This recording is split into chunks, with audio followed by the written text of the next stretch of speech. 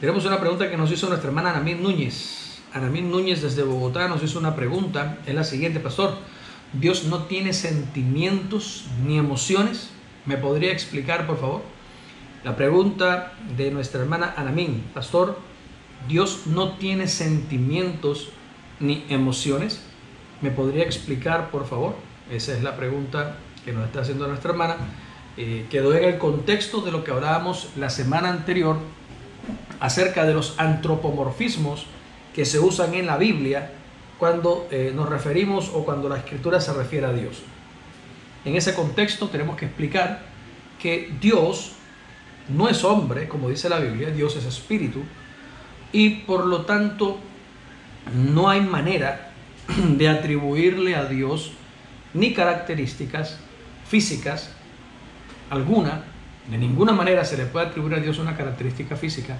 Primero, porque es espíritu, y segundo, porque cada vez que la Escritura se refiere a Él, utilizan estas figuras retóricas y lingüísticas, y una de ellas es el antropomorfismo. Antro viene de este sufijo antro, viene de prefijo antro, viene de su origen, significa humanidad o hombre. Por eso se llama antropología, es el estudio de la humanidad. Y entonces cuando se da un antropomorfismo, entonces el morfismo o el topomorfismo tiene que ver y se refiere directamente a dar forma o a dar figura o a moldear. Entonces un antropomorfismo en una figura literaria es otorgarle a un ser inanimado o a un ser espiritual características humanas. Vemos el ejemplo más claro, yo creo que podríamos mencionar aquí, es el de las fábulas, cuando se antropomorfizan los animales y se le otorgan a los animales características humanas. Por ejemplo, la inteligencia, por ejemplo, el habla, por ejemplo, la conciencia. Y entonces resulta que la liebre sale hablando con la tortuga. ¿Ves? La liebre no habla, la liebre no piensa, la liebre no razona de la forma humana, pero en la fábula se utiliza el antropomorfismo para darle emociones, sentimientos y calidades humanas a seres que no lo tienen. De la misma forma sucede con la flor o con la rosa del Principito, y de la misma manera sucede con muchas otras historias que son conocidas por todos. Y en la Biblia particularmente hay muchas oportunidades en las que el antropomorfismo brilla en todo su esplendor. Una de las más grandes maneras o de la gran multitud de veces en las que la Biblia utiliza el antropomorfismo particularmente es cuando se refiere a Dios. ¿Por qué? Porque el hombre siempre se ha hecho una imagen de quién es Dios, y el hombre necesita una imagen para poder referirse al Creador. Es algo inherente a la psique humana, es algo inherente a la conciencia humana, y necesitamos tener algo que nos relacione, o necesitamos tener algo que podamos comprender según nuestra conciencia. En ese momento, cuando nuestra mente necesita algo a que aferrarse, lo primero que hace es antropomorfizar lo que ve.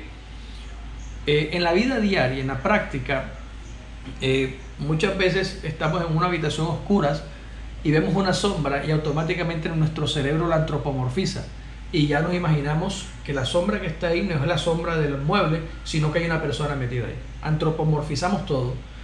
Escuchamos un ruido, escuchamos una voz, de pronto sopló el viento, o de pronto algo sucedió y escuché una risa, escuché una voz, y son cosas, muchas veces, pues no digo que siempre, pero muchas veces son trucos de nuestra mente, de nuestro cerebro, para poder comprender lo que nos rodea, el entorno que nos está rodeando, y así justificar nuestras acciones, justificamos nuestros miedos o justificamos nuestras confianzas.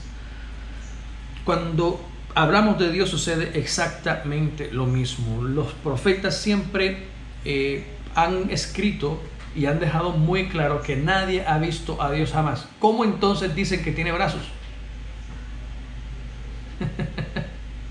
Si los mismos profetas que lo describen dicen que nadie lo ha visto, entonces ¿cómo lo describen?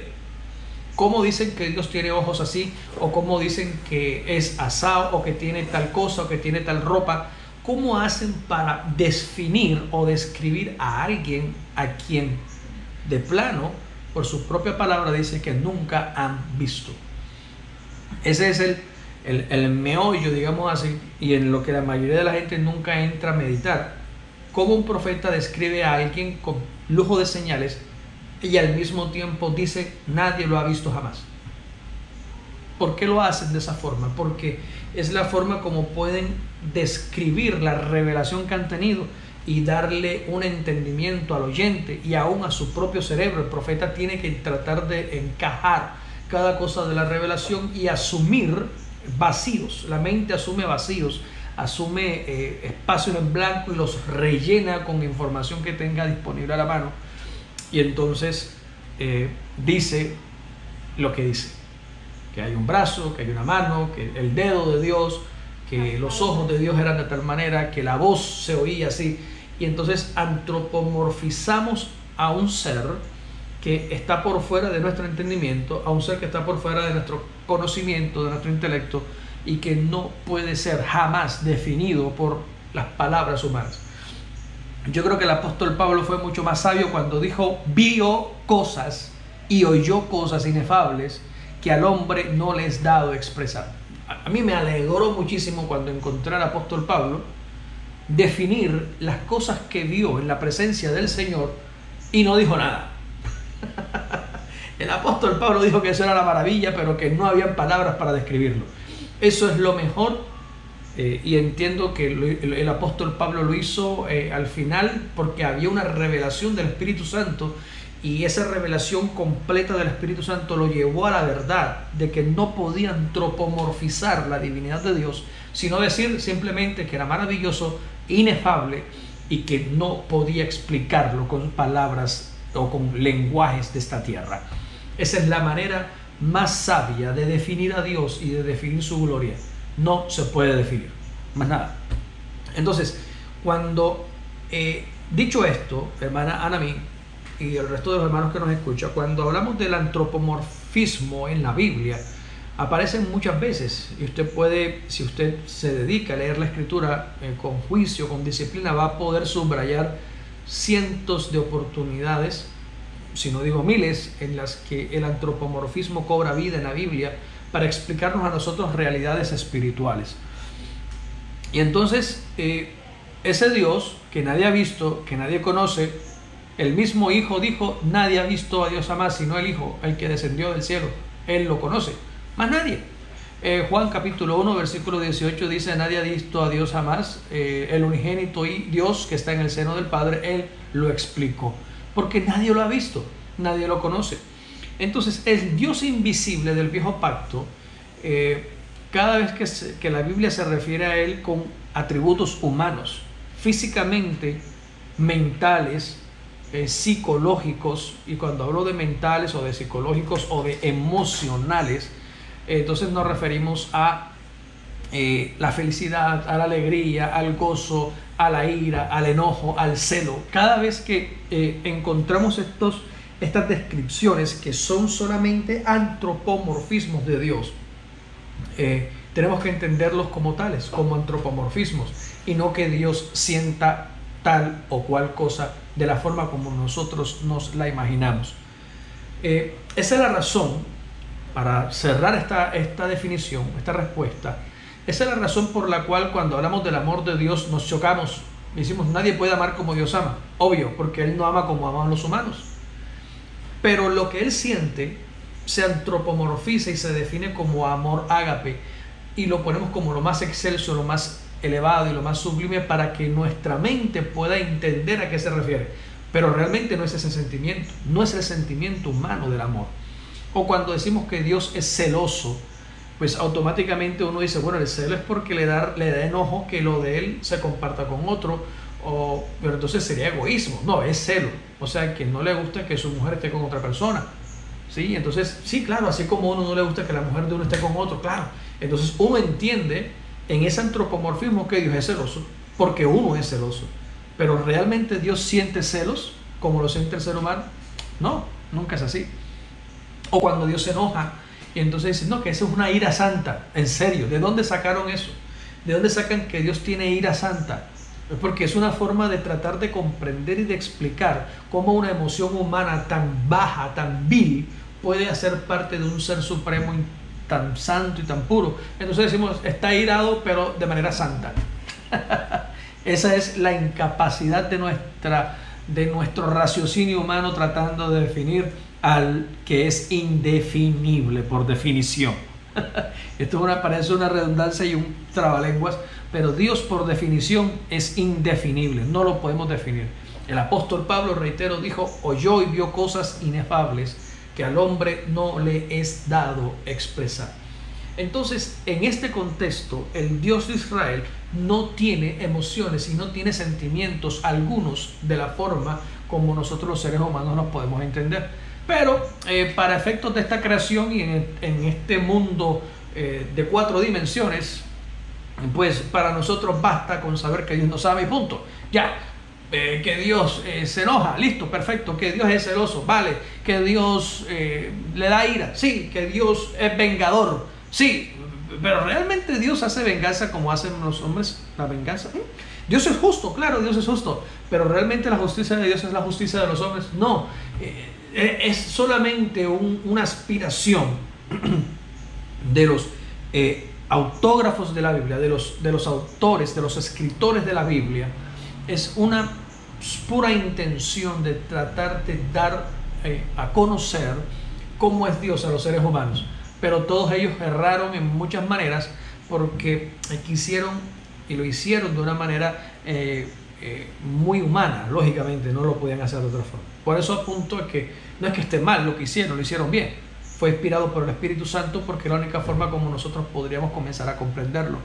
Pero cuando se vino el cumplimiento del tiempo y el apóstol Pablo recibe la revelación de Dios, él dice, vi y oí cosas inefables que al hombre no le es dado expresar. El apóstol Pablo pudo haberse dedicado unas 14 cartas más a definir a Dios, a describirlo, pero no pudo. Él dijo, no tiene sentido, porque nada de lo que diga va a definir al Señor.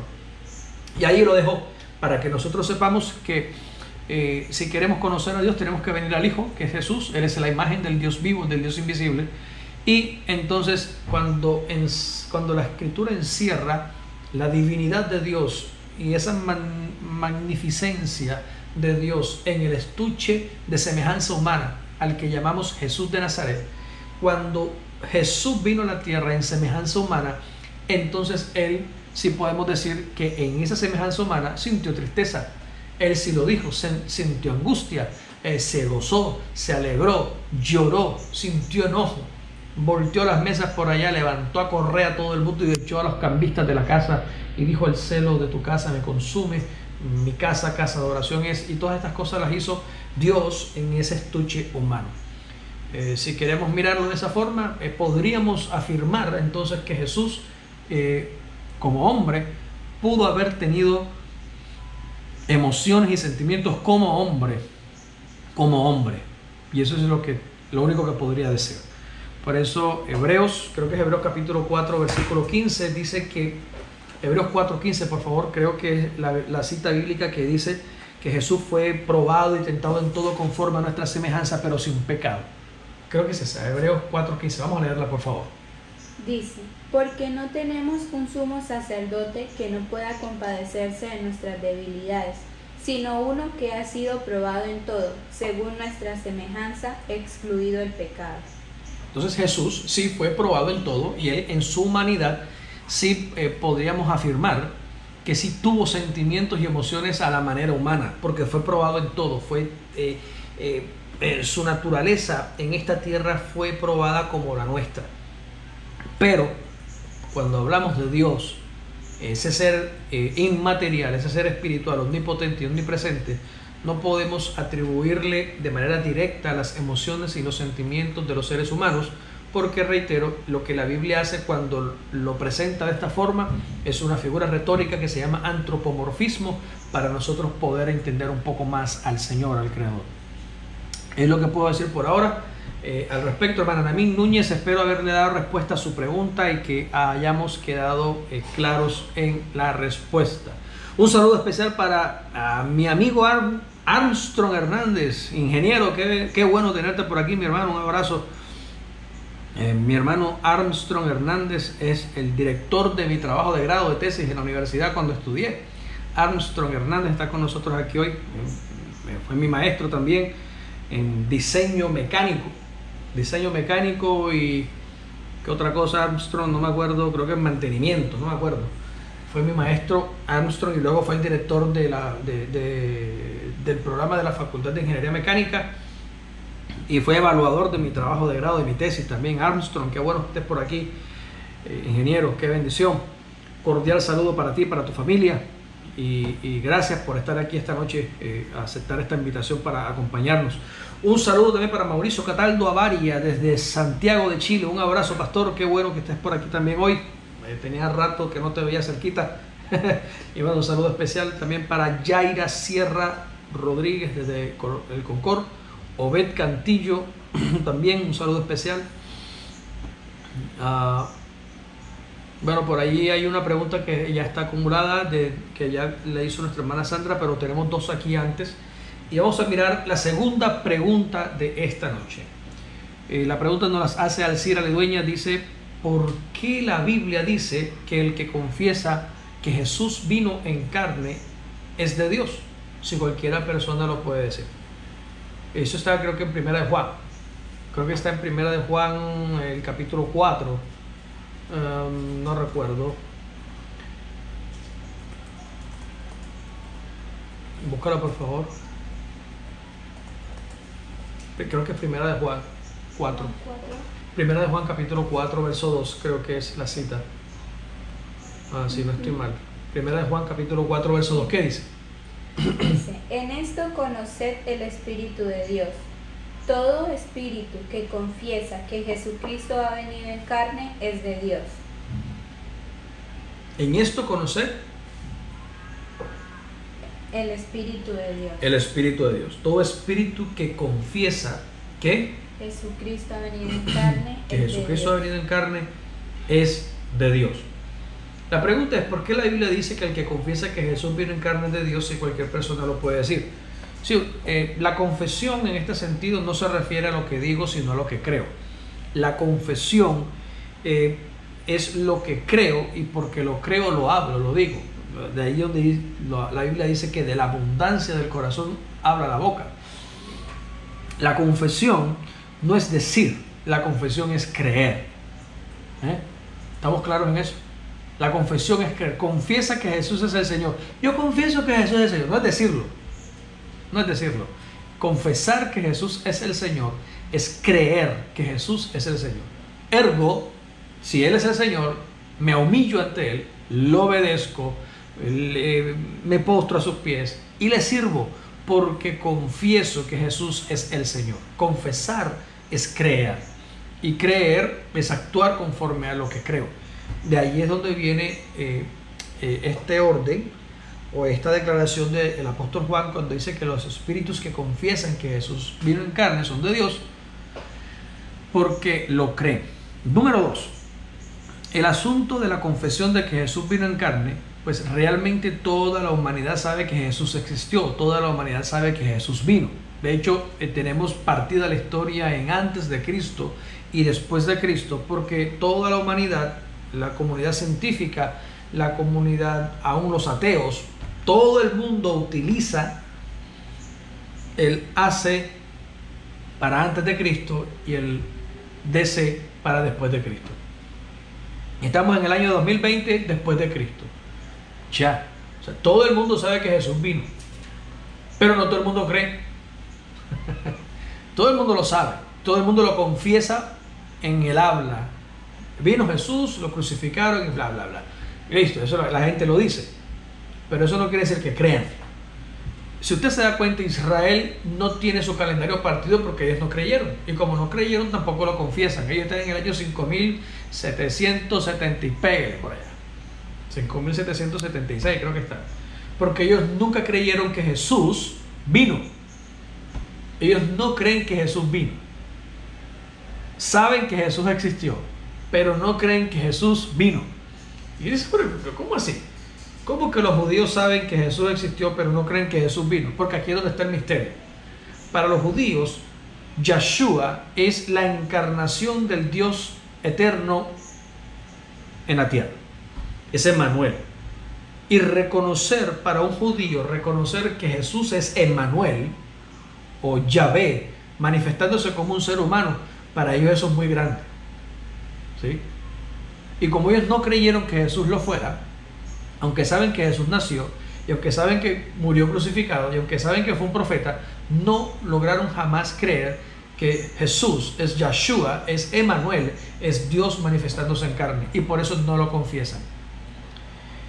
Cuando el espíritu humano no confiesa, es decir, no cree que Elohim, Yahvé, ese Dios invisible que se le apareció a Moisés en la zarza y que lo sacó de la esclavitud de Egipto a todo su pueblo y los guió en el desierto por 40 años, si mi espíritu no cree que ese Dios invisible y eterno se hizo hombre y vino a la tierra, entonces no es de Dios mi espíritu, sino de ¿quién? Del anticristo. Y aquí es donde la cosa se pone seria, porque hay muchos cristianos que creen que Jesús es el Hijo de Dios, pero no aceptan que Jesús es Dios mismo haciéndose hombre. Entonces se les mete una cosa en la cabeza, pero y entonces el Padre, el Hijo y el Espíritu, y forman un arroz con mango bien terrible, y terminan negando realmente que Jesús es Dios mismo, pero manifestándose en carne y hueso. Aquella persona que niegue que Jesús es el Dios de Israel en presentación humana es del anticristo. Y por eso el apóstol Juan lo dice, que todo espíritu que confiesa que Jesús vino en carne es de Dios, y el que no lo confiesa es del anticristo. Hay muchas iglesias cristianas hoy que son del anticristo, porque no creen que Jesús es Dios hecho carne. Pleitean, pelean, batallan, y cuando uno les dice esto, dicen que uno entonces es pentecostal unicitario, que uno es Jesús solo. No, nada de eso. La Biblia dice, yo no soy pentecostal unicitario, no soy Jesús solo, aclaro, para los que tengan alguna duda. Yo no creo en la unicidad pentecostal de la iglesia IPUC, del mundo entero, no creo. Es falsa la forma como ellos están enseñando. Pero sí creo lo que dice la Biblia. Y dice, Shema Israel, Yahvé Elohenu, Yahvé Echad. ¿Qué quiere decir en español? Oye Israel, el Señor tu Dios, el Señor uno es. Eso es lo que creo. Y que no hay otro Dios. El Dios verdadero, dice el apóstol Juan, es Jesucristo. Él es el Dios verdadero. El apóstol Juan dice eso. Creo que es primera de Juan. Creo que es el capítulo 5. No recuerdo realmente cuál es esa. ¿Qué dice? Dice que el Dios verdadero es Jesucristo. El único Dios verdadero es Jesucristo. Bueno, el apóstol Juan lo dice, ahorita no recuerdo la cita exacta, pero el apóstol Juan menciona y declara esta realidad. El Dios verdadero, que es Jesús. Él es el Dios verdadero. Después les doy la cita porque ahorita realmente no la recuerdo. Vamos con la siguiente pregunta. Vamos preparándonos para la siguiente pregunta. Un saludo especial a mi amada esposa Caterina Betancourt, que nos está sintonizando esta noche, nos está viendo también. A Karina Colmenares también, que está con nosotros hoy aquí en la mesa, en el micrófono aquí para poder compartir con todos ustedes. Bueno, vamos con la siguiente pregunta. Creo que es la última pregunta que tenemos esta noche, tiempo para responder. Virginia Banquet nos está preguntando a qué se refiere la escritura en Primera de Pedro, capítulo 3, verso 19. Es Juan 17:3. Evangelio de Juan, capítulo 17:3. ¿Qué dice? Vamos a leerlo, por favor. Y esta es la vida eterna, que te conozcan a ti, el único Dios verdadero, y a Jesucristo a quien enviaste. Ok, no, pero no es esa. No es esa. La que yo digo, el apóstol Juan dice que Jesús es el único Dios. Jesucristo es el único Dios, dice el apóstol Juan. Está en una de sus cartas.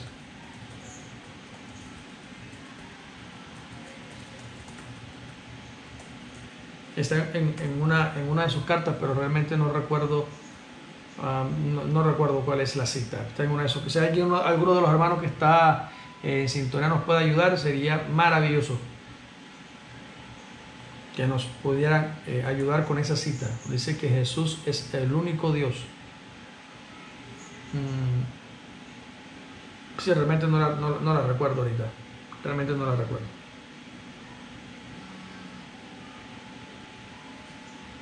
Bueno, entonces vamos a continuar.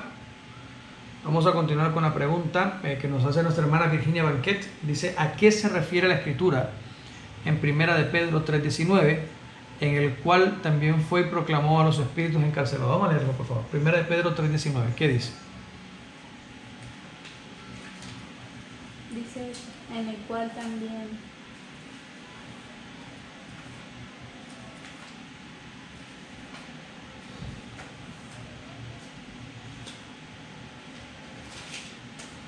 en el cual también fue y proclamó a los espíritus encarcelados.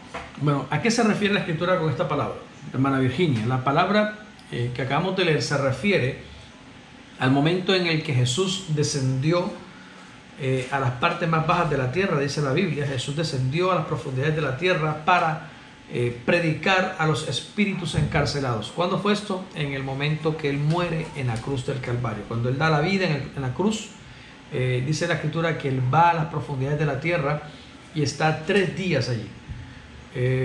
Cuando resucita, Él sale de allí en victoria, sale con las llaves de la muerte, con las llaves del Hades, dice la Biblia, y sale también con todas las almas de las personas que murieron antes de su venida, de las personas que murieron antes de su venida y que habían confesado su nombre aún antes de conocerlo. Allí podemos mencionar a Abraham, a Isaac, a Jacob, al rey David, a Samuel, a los profetas, a Adán, a Abel, a Enoch, a Enos, pues a todas estas personas, al mismo Noé, a Moisés. Podríamos mencionar a todos estos personajes bíblicos que dieron su vida, a Ruth, a Noemí, a muchos, pues a todas estas personas que incluso el mismo Job, que alcanzó a decir, sé que mi Redentor vive y en el polvo se levantará. Todas estas personas murieron confesando y creyendo en el nombre del Señor, sabiendo que un día Él vendría para redimirlos y para levantarlos. Este momento se dio cuando Jesús muere en la cruz del Calvario y va a las profundidades de la tierra. ¿Para qué? Para predicarle a los espíritus encarcelados. ¿Quiénes son los espíritus encarcelados? Pues todas estas personas que habían muerto, pero que por causa del pecado que había en ellos no podían ir al paraíso, a la presencia del Señor. Necesitaban que se diera la espera hasta que el Redentor viniera por ellos y pagara el precio de su rescate para podérselos llevar. Entonces, cuando Jesús paga el precio del rescate con su sangre en la cruz del Calvario, va hasta el carcelero. El carcelero, pues lógicamente es Satanás en este momento histórico del que estamos hablando. Él tenía las llaves y tenía el dominio sobre el imperio de la muerte. Jesús, al pagar el precio, le quita la autoridad, le quita las llaves, abre la celda y llamó a sus ovejas que estaban cautivas, que estaban presas y detenidas allí por el pecado que tenían encima. Pero como ellos habían confiado y creído en el Señor, pues esto les sirvió para que en el momento en el que Jesús se manifestó pudieran ser rescatados y liberados de la esclavitud. Y por eso dice la escritura en Efesios capítulo 4 versículo 8 que llevó cautiva la cautividad y dio dones a los hombres. Llevó cautiva a la cautividad, es decir, que libertó a los que estaban cautivos y los tomó para Él. Ahora Él es el dueño, ahora Él es el que tiene las llaves, ahora le pertenecemos exclusivamente a Él. Por eso el apóstol Pablo también dijo, soy esclavo en cadenas y soy libre, pero esclavo de Cristo. Entonces ya Jesús nos libertó de la muerte, nos libertó del pecado, pero ahora somos esclavos de Él. Él es el que tiene la cautividad en sus manos, Él es en nuestro amo, nuestro dueño, nuestro rey y nuestro Señor. Bueno, espero haber dado respuesta a todos a sus preguntas. Y así hemos llegado hoy al final de la emisión de este programa número 28 desde Frente a la Biblia. Si tienes todavía alguna inquietud, si tienes alguna pregunta, puedes manifestarla, puedes escribirla para poder mirar si tenemos espacio para responderla ahora, o si no, la dejamos para la semana que viene. Lorelia Césped nos compartió la cita y es primera de Juan 5:20. Dice, si era esa. Pero sabemos que el Hijo de Dios ha venido y nos ha dado entendimiento para que conozcamos al verdadero, y estamos en el verdadero, en su Hijo Jesucristo. Este es el verdadero Dios y la vida eterna. Amén. Si era primera de Juan 5:20, el que yo te dije, es que no estaba seguro, primera de Juan 5:20. Gracias, hermana Florelia, por haber verificado. Si era esa, primera de Juan 5:20, es donde el apóstol Juan declara de que Jesús es el único Dios verdadero. Muchas gracias a todos los amigos, a todos los hermanos que estuvieron con nosotros esta noche. Recuerda compartir este video, no te olvides suscribirte al canal de YouTube y activar las notificaciones con la campanita para que recibas siempre que estemos actualizando nuevos videos. Un abrazo a todos, bendiciones grandes toda esta semana. Cuídense, estén seguros en casa y nos volveremos a ver próxima semana a las 8 de la noche con la ayuda de Dios. Un abrazo a todos y bendiciones. Bye bye.